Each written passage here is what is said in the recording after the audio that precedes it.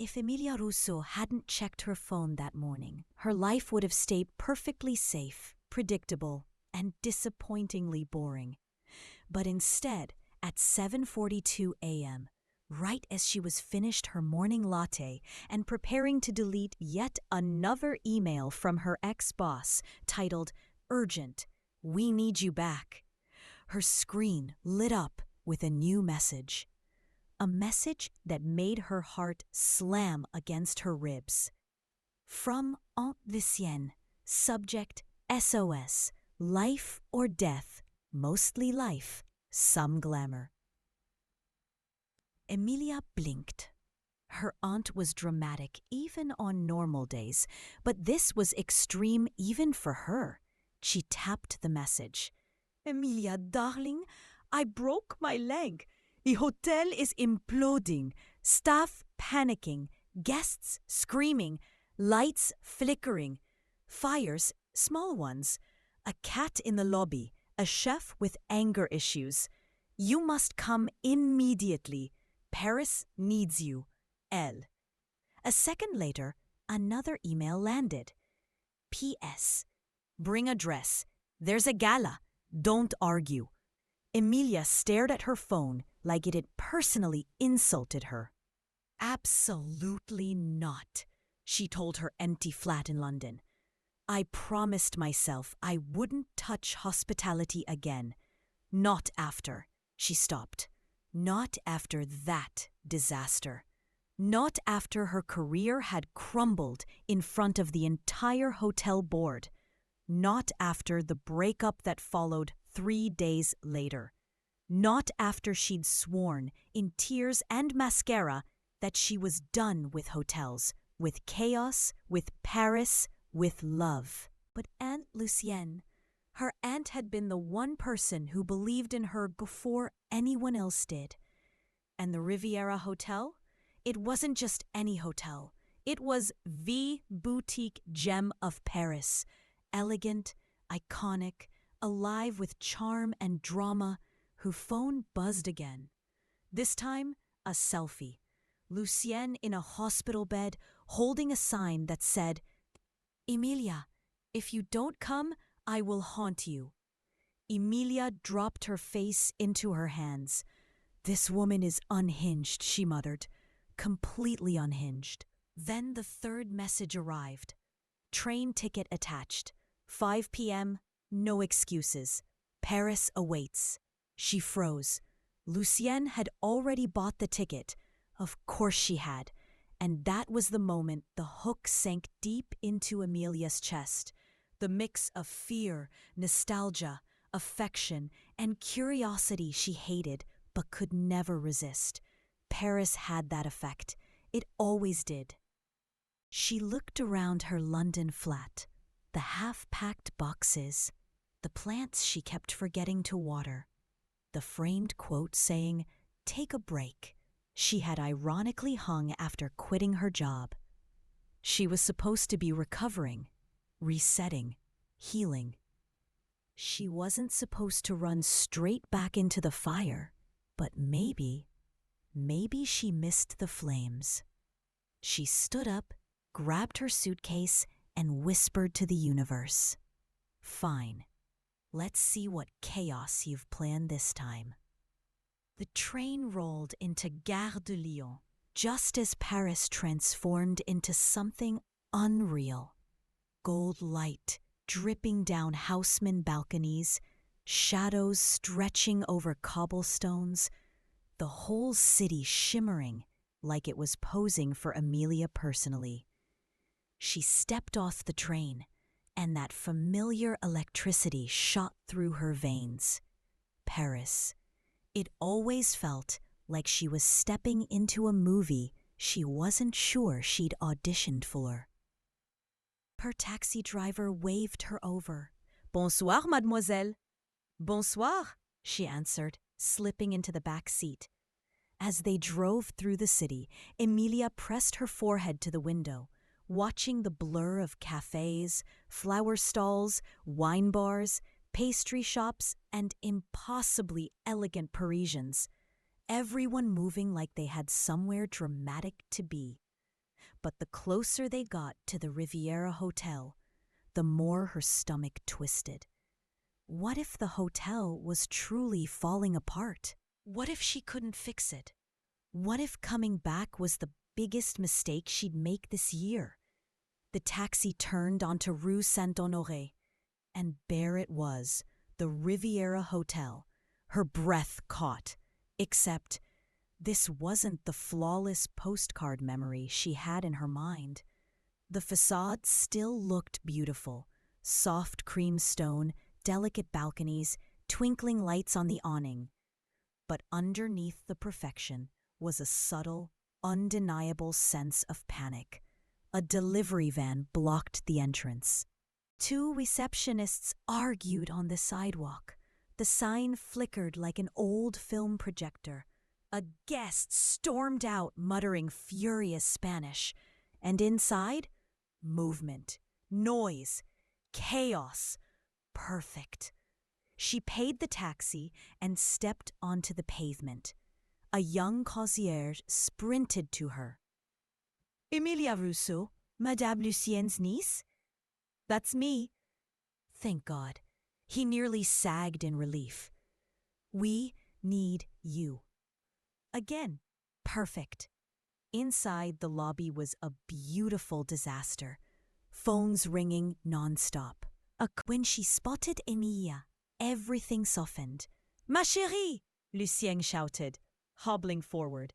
Finally! They hugged, awkwardly given the crutches and Emilia's oversized travel bag. "You look fabulous," Lucien declared. "I look like jet lag on legs." "Exactly. Hospitality thrives on exhaustion." Comforting. Lucien waved at the chaos. "Do not worry. Everything is only 90% on fire. But you're here now." Emilia didn't even get to breathe before her aunt added. "And tomorrow, you meet the chef." Emilia blinked. "What chef?" Lucien gave the slyest smile Emilia had ever seen. "Oh, you'll see." Fantastic. There was a chef. There was chaos. There was no escape. Exactly like her last Paris chapter. But Emilia felt something else too. A pull. Something she hadn't let herself feel in months. Hope.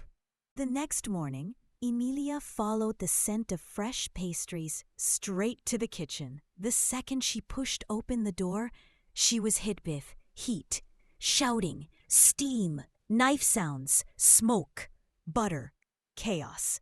And in the middle of it all, a man, tall, dark-haired, broad-shouldered, white chef jacket rolled at the forearms, focus sharp enough to slice steel. Chef Adrien Marchand. He didn't notice her at first. He was too busy commanding the kitchen like a conductor directing a violent orchestra. "No, no, no. That sauce is not pink. That sauce is dead." A pan burst into flames behind him.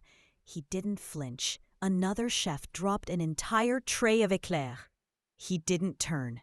But when Emilia took one more step inside, he finally looked up, and it was like he'd been punched. He froze, fully, completely, like someone paused the entire chef. Lucien whispered beside Emilia. "See? I told you. Problematic. And handsome." Adrien walked over slowly, wiping his hands on a towel, eyes never leaving Emilia. "So," he said, voice warm and deep, "you're the niece.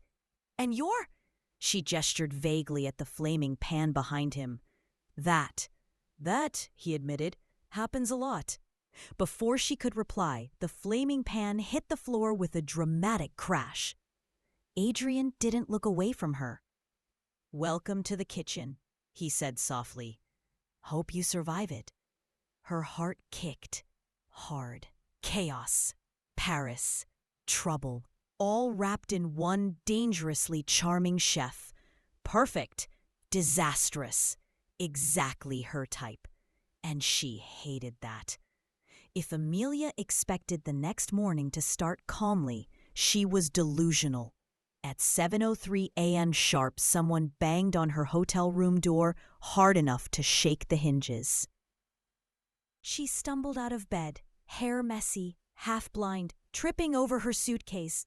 "Coming!" she shouted, grabbing the first thing resembling a robe and tying it around herself. She opened the door. The concierge from yesterday, Louis, stood there panting, holding a tablet, and sweating like the fate of the world depended on him. "Emilia, we have un petit problème." "How petit?" Louis swallowed. "Well, 12 chefs have called in sick." 12! How many do you have? 12. "Perfect," she muttered. "And what else?" "The espresso machine exploded." "Of course it did." "And the chandelier in the lobby fell." "On whom?" "No one, but very close to a guest." "How close?" Louis winced. "She says she felt its breath." Emilia shut her eyes. "And what else?" she whispered, already afraid. Louis checked his tablet again. 3 guests are demanding refunds because their pillows feel emotionally aggressive. That's not a thing. At the Riviera, it is. And one American influencer got locked in the sauna and now refuses to leave. What do you mean, refuses to leave? She says the sauna is a metaphor for rebirth, and she's staying there until her PR team arrives. Emilia massaged her temples. Oh, God. Then Louis delivered the final blow. And, there is a small, tiny, insignificant chance that the hotel is overbooked tonight by 12 rooms. 12? How? She stopped. Never mind. It's Paris. Of course. And the cherry on top? Lucienne limped into the hallway behind Louis with her crutches, wearing a silk robe and zero shame. "Good morning, ma chérie." Her aunt grinned. "How is your first day of running the hotel?" "Lucienne," Emilia said flatly, "this place is a circus." "Yes," Lucienne nodded proudly. "Isn't it fabulous?" "Fabulous is not the word I'd use." "Oh, shh. Details, details." Lucienne waved a hand. "Adrien is waiting for you in the kitchen." "Oh, great," Emilia muttered. "Add fire to the fire." Lucienne smirked. Precisely. The kitchen was pure adrenaline, sizzling pans, steam clouds. She felt heat crawl up her neck. He handed her a coffee, strong, hot, perfect. "Drink," he ordered. "And don't ask what's happening here." Too late. Louis said all your chefs are sick. Adrian groaned and leaned against the counter. "They are not sick. They are protesting." "Protesting what?" "Me." "Ah," she deadpanned. "Good." "They want shorter hours, fewer menu changes, and a raise. Do they deserve those things?" He hesitated. "Yes." "Will you give it to them?" "No." "Adrian." "I can't," he argued. "We don't have the budget." Emilia sighed.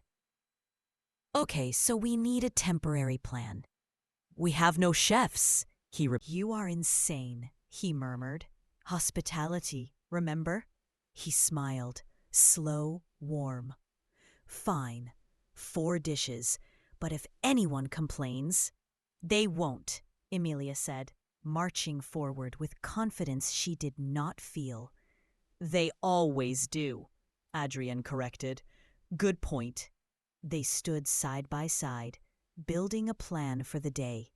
And something about the proximity, their shoulders nearly touching, made her hyper-aware of him, of the smooth rumble of his voice, of his cologne. A way he focused on details like the world depended on it. He was chaos, but beautifully controlled chaos, and for reasons she refused to examine, it made her pulse quicken. By noon, Emilia had resolved. The pillow complaints, the chandelier situation, the influencer sauna crisis, somehow, the espresso machine meltdown, and 3 refund demands. She started to believe, truly believe, she could handle Riviera Hotel. That was her fatal mistake. Because just when things calmed down, Louis burst into the lobby screaming, "Emilia, the gala chef just cancelled." She froze. "Tonight's gala?" Louis nodded violently. "The one with 25 VIP guests? Yes. The one with the press? Yes. The one with the Michelin reviewer hiding somewhere incognito? Yes." Emilia inhaled so sharply she nearly swallowed air. "Where is Adrien? We need him." Louis winced. "In his office. And he looks bad." "Great," she muttered through teeth. She sprinted downstairs to the kitchen office. Adrien sat alone, elbows on knees, hands in his hair. "Adrien?" Emilia said gently. He didn't look up. "They cancelled," he growled. "The caterer. They say it's impossible. Too late. Too complicated." "We can fix this." "No, we can't," he snapped. "Emilia, we don't have staff. We don't have time. We don't have anything." She stepped closer. "You have me." He did look up now, eyes dark and raw.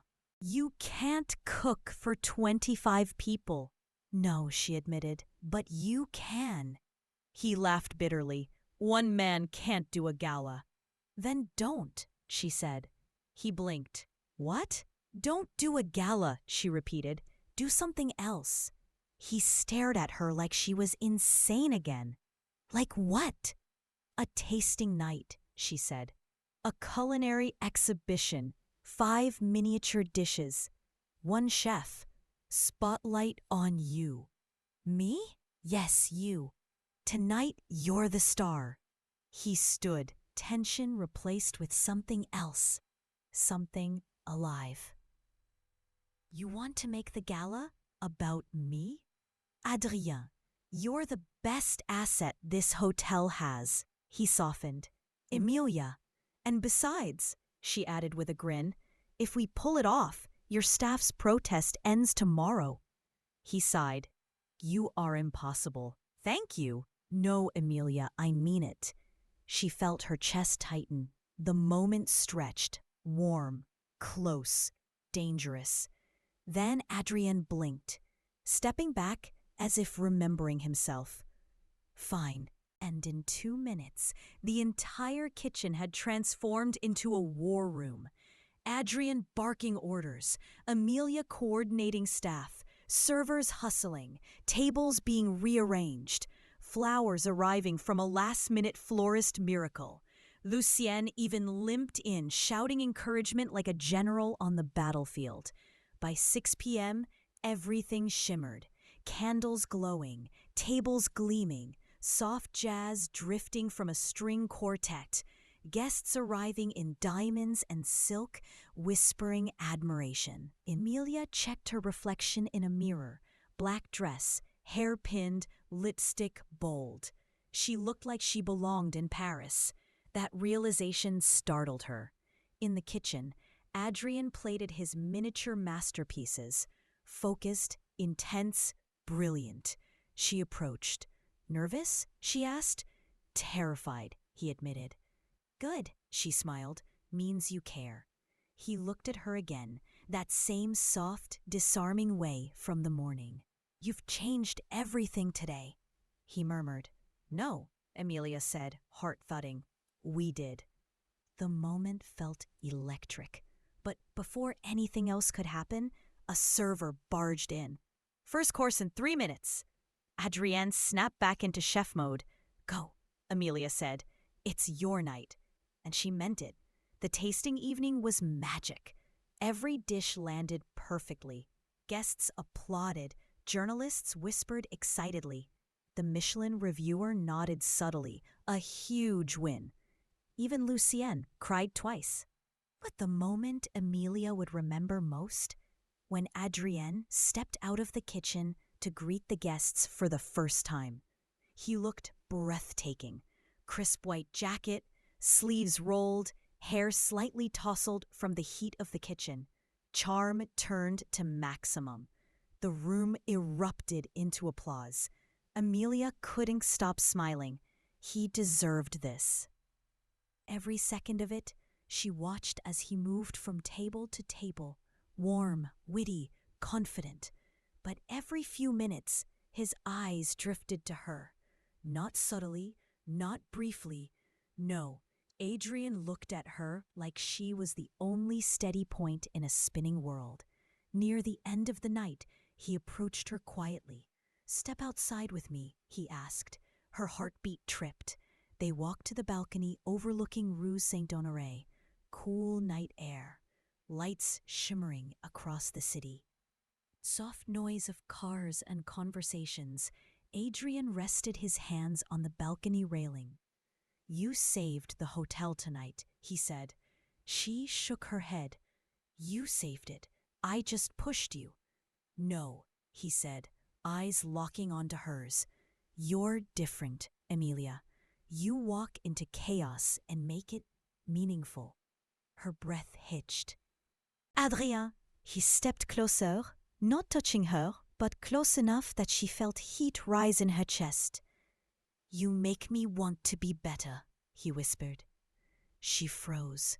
Something inside her, something she buried after her last heartbreak, stirred painfully, beautifully. She didn't know what to say. "Adrien, this is dangerous," she breathed. "Everything worth feeling is." She swallowed hard.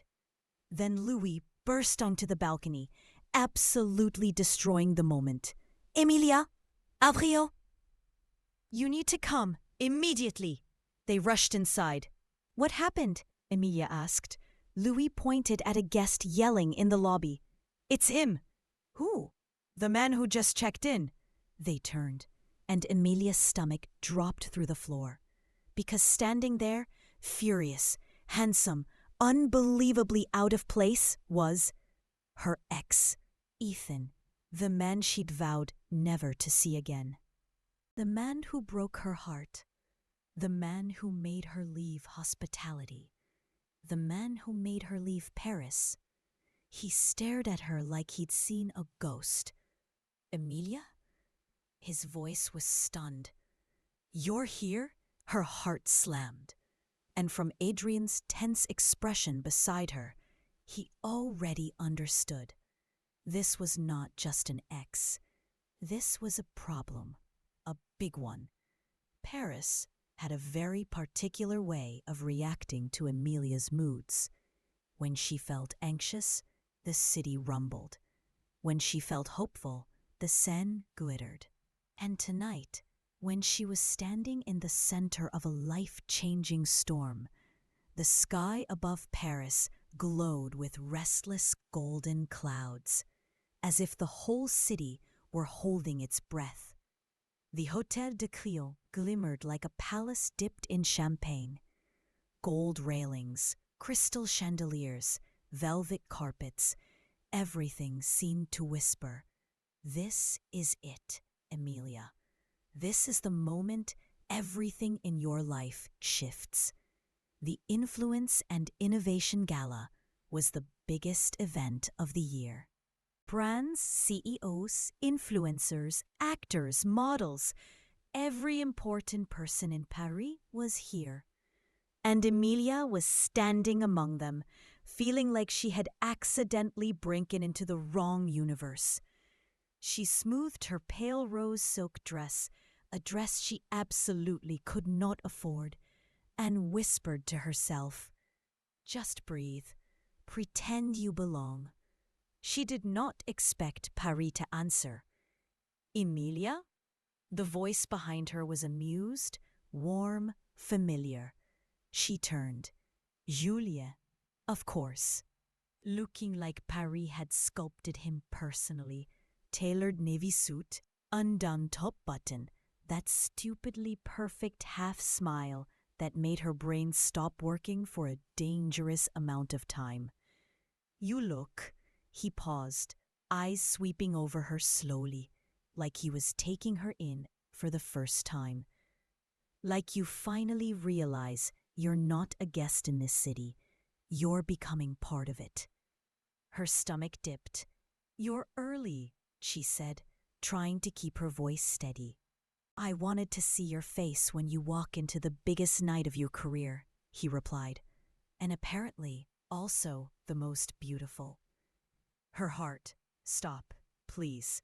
Her brain, scream, run. Her dignity, we are in public, behave. Julien, she warned softly, after everything that happened this week. But he stepped closer, lowering his voice. I know, and I'm not asking for anything tonight.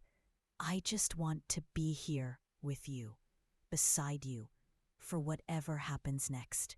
Why did that sound exactly like the thing she had been terrified of wanting? Before she could respond, a flash of a camera burst beside them. Someone whispered, That's her, the American girl with the viral affair in Le Marais. Her blood froze. Julien swore under his breath. Ignore it. She couldn't. Every single fear returned at once. They had seen her. They had labeled her. They had already written her story for her. But not tonight, she told herself. Not anymore. She lifted her chin. Let's go inside. Inside the ballroom, everything sparkled, like the champagne air itself was performing. A massive stage glowed in gold lights. 100 influencers filmed themselves like rare animals. Perfume hung in the air like a spell. And somewhere between the crowd, Louis. She spotted him instantly. Tall, dark suit, hands in his pockets, watching her like she was the only real thing in this entire glittering circus. Her heartbeat stumbled. Julien noticed the direction of her gaze. Of course he's here, he muttered. Your perfect Parisian problem. Louis started moving toward them. Julien exhaled sharply. Emilia, just before he gets here, don't make any emotional decisions tonight. Think, breathe. It was good advice, which she absolutely did not plan to follow. Louis recherchit premièrement. Bonsoir, Emilia. The way he said her name, soft, low, a little reverent, almost knocked her off balance. Bonsoir, Louis. Julien stepped slightly closer to her. Louis' gaze sharpened immediately. Are you two? He began. No, Julien answered before she could. But maybe we should be. Louis' jaw flexed. This was going great. Perfect. Wonderful. Exactly what her anxiety needed. She held up both hands. Stop, please, both of you. Tonight is about my career, not whatever this is. Julien inhaled. Louis nodded. For a moment, peace. Temporary, fragile, miraculous peace. Then the host stepped onto the stage and announced, And now, the nominees for Best Rising Marketing Talent of Paris. Emilia stopped breathing. Her team had submitted her name without telling her. She had screamed, cried, nearly passed out, and now the moment was here. A spotlight swept across the ballroom. Camille Lefebvre, Mathilde Deschamps, Amira Denkarim, Emilia Carter. A gasp rippled through the room because her viral drama had made her famous before she even arrived. People whispered, phones lifted. Her face blushed onto the giant gold screen. Julien stepped behind her and whispered, Whatever happens, you deserve this. You built this week from chaos. Louis stepped closer on her other side. You changed more lives than you realize. She stood between them, two completely different futures. The spotlight froze, and the award goes to silence. The whole world held its breath. Emilia Carter. Her knees nearly gave out. She heard cheers. She felt hands on her back. She saw flashes of cameras. But all she could process was one impossible truth. She won. She actually won. Julien kissed her cheek. Louis' hand brushed her arm. The crowd parted, and she walked toward the stage, feeling like she was stepping into a new version of herself. She stood at the microphone, her throat locked, her pulse hammered like a drum. All these people, all this pressure, all this Paris. The host handed her the Crystal Award. Emilia, you have 30 seconds. 30 seconds to speak. 30 seconds to define herself. 30 seconds to undo every rumor, every assumption, every whisper. She inhaled. When I first came to Paris, I was terrified. The crowd quieted. I thought I wasn't enough for this city. Not stylish enough, not confident enough, definitely not French enough. Laughter. Warm, soft. But then someone told me something that changed everything. They said, Paris isn't a city you conquer, it's a city you surrender to. Julien looked stunned. Louis looked like he was memorizing every word. And I did. I surrendered to the chaos, the beauty, the heartbreak, the mistakes, and also to the magic. She exhaled, voice trembling. So tonight I want to say thank you to Paris for forcing me to grow, and to all the people who believed in me even when I didn't believe in myself. Her gaze drifted automatically to Julien, then to Louis. And thank you to the unexpected people who challenged me to be brave. The audience erupted into applause, but one moment stood above everything else. Julien and Louis both looking at her, differently now. Not like a girl caught in chaos, but like a woman stepping into her own power. And Paris agreed. The gala turned into a glittering blur of dancing, champagne, handshakes, photos, brand contracts, and dizzying compliments. Eventually, Emilia escaped onto the rooftop terrace to breathe. Paris stretched below her, glowing in gold. The Eiffel, the Seine shimmered. The wind lifted her hair as if the city itself was touching her. Then the terrace door opened behind her. She braced herself. Julien, Louis, both. Footsteps approached. She turned. His expression was unreadable, but intense. Congratulations, he said quietly. Thank you, she whispered. You were incredible. Their silence deepened. The city hummed below them like an electric confession. Louis stepped closer. Her heart raced. Emilia, about us. The terrace door opened again. Julien stepped out. Of course. Perfect timing, Emilia muttered. Louis rolled his eyes. Julien gave a tight smile. Emilia, we need to talk. Yes, Louis agreed. We do. She rubbed her temples. This is not happening. Not on a rooftop in evening gowns. Not tonight. But Paris loved drama too much to stop. Louis stepped to her left. Julienne stepped to her right. She almost screamed. Okay, enough! No more tension, no more triangle, no more post-gala testosterone. I am making a decision. 2 pairs of eyes blinked. She exhaled. I choose, and before she could finish, she froze. Because in that exact moment, fireworks exploded over Paris.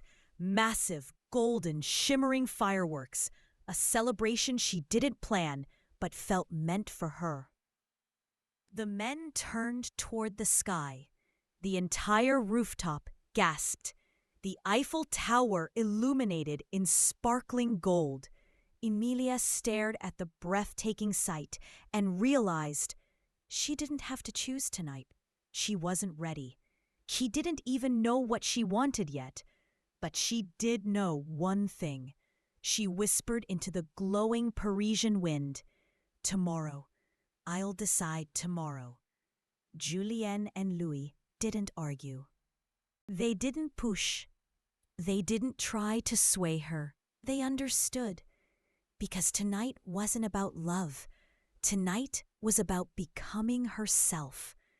When the gala ended at 3 a.m., Emilia walked across Pont Alexandre Fer barefoot, holding her shoes in one hand and her award in the other. The city felt lighter now, like it had finally accepted her. Or She had accepted herself. A bridge, a new life, a new version of Amelia. Her phone buzzed. A text from Julio. You were unforgettable tonight. Another, immediately after, from Louis. Whenever you're ready, I'm here. She smiled at the river, at the sky, at the city that had turned her entire life upside down. And she whispered, Paris, what will you do to me next? The city sparkled in answer. Fade out. End of episode. Or maybe the beginning of something much bigger.